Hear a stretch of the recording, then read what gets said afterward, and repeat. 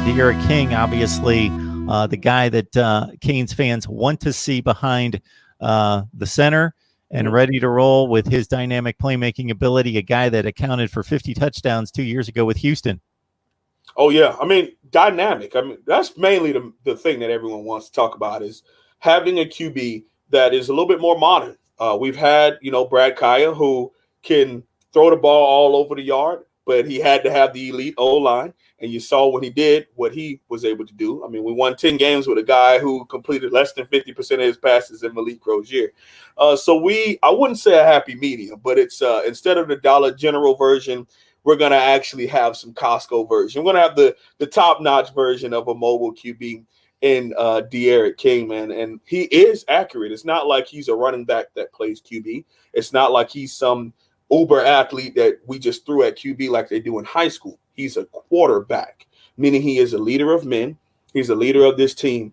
He can throw the football. He can also run with the football. And he's had a punt and kick return. He can catch the ball. But he's someone that's going to lead this team and lead this Red Lashley offense in the spread, something that we've been waiting to see at Miami for a while. And it's exciting because if and when we do have a season, Miami will finally have a calling card at QB, something we haven't had in a while, to where not necessarily saying he's a Joe Burrow or even a Jalen Hurts, but just being able to have someone to lean on and say, hey, we got a guy leading that side of the ball that we're excited to see the offense even trot out on the field.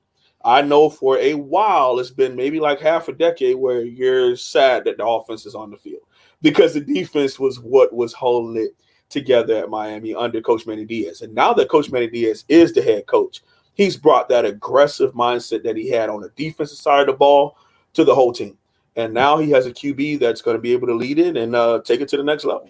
Yeah, best of both worlds. Sometimes coaches have to make the decision, do I want to go with a high ceiling dynamic guy, but he's going to make mistakes, he's got youth, or he doesn't make the best of decisions, or do I go with the efficient guy that makes the right reads and the right decisions, but is limited athletically? But you get the best of both worlds. D'Eriq King in place for the U at quarterback. And of course, if you've got to go to the backup, you've got a wealth of experience at this point in KOSI Perry.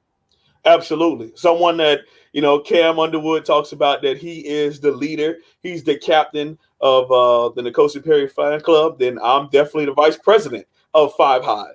I've been an KOSI Perry guy, very excited for him. I mean, he's an in-state guy, broke a lot of records. I mean, you've heard ad nauseum what he did in high school.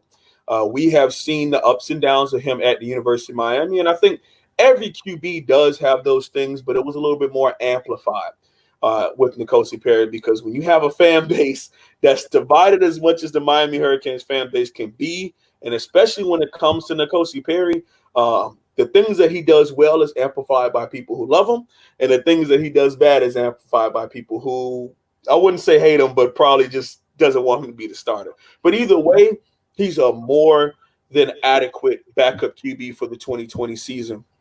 And even much more would help him going into the 2021 season against a team that not too many people will want to go toe-to-toe with, and that's the Alabama Crimson Tide for the 2021 season. So I think a year where he gets the clipboard, he gets the headset, and he's going to play in a couple of games in mop-up duty and really be able to refocus, recenter, and get his opportunity to soak it all in and get a legit season seeing a really good QB execute this offense to the level that he will in D'Eriq King. I think it's going to really help the growth and development of KOSI Perry. And then behind him, you also have young up-and-coming players like Peyton Matoka.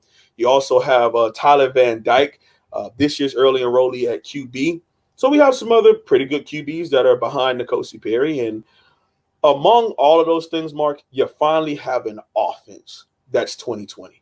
So we can fantasize about what's going to happen, but we're going to be very excited about having an offense that these QBs are going to feel much more comfortable in, being able to spread and use the entire football field, see the entire thing from shotgun, not under center to where you can't even see the safeties and where they are under center. You can really check it all out and have your athletes do most of the work for you and get the ball out of your hands quick and let these big 4- and 5-star wide receivers and tight ends that we do have cut up in open space.